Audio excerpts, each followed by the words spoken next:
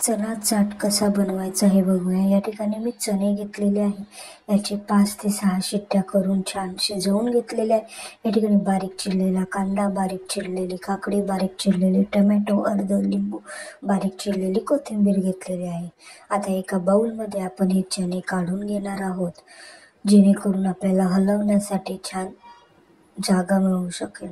तुम्ही जर माझ्या चॅनलवर नवीन असाल तर माझ्या चॅनलला सबस्क्राईब करायला विसरू नका व बेल आयकॉन दाबायला विसरू नका। आता आपण यात बारीक चिरलेला कांदा टाकलेला आहे, बारीक चिरलेली काकडी टाकलेली आहे, बारीक चिरलेले टोमॅटो टाकलेला आहे। आता यात आपण अर्ध लिंबू टाकणार आहोत। आपल्या या चाटला स्वाद येण्यासाठी आपण लिंबाचा देखील उपयोग केलेला आहे।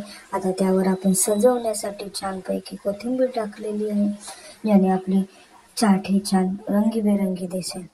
यामध्ये आपण सेंधव नमक टाकलेलं आहे। सेंधव नमक यासाठी टाकलेलं आहे की जेणेकरून आपल्या या चाटला छान चव येईल व सेंधव नमक हे शरीरासाठी चांगलं असतं, यासाठी सेंधव नमकचा वापर मी या ठिकाणी केलेला आहे।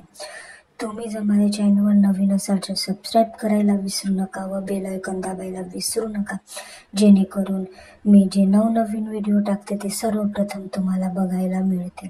यामध्ये आता मी चिमूटभर हिंग टाकलेला आहे। हिंग ह्याच्यासाठी टाकलं आहे की आपण हे जे चणे खाणार आहोत ते पचण्यासाठी आपल्याला ह्या हिंगाचा चांगला उपयोग होऊ शकेल।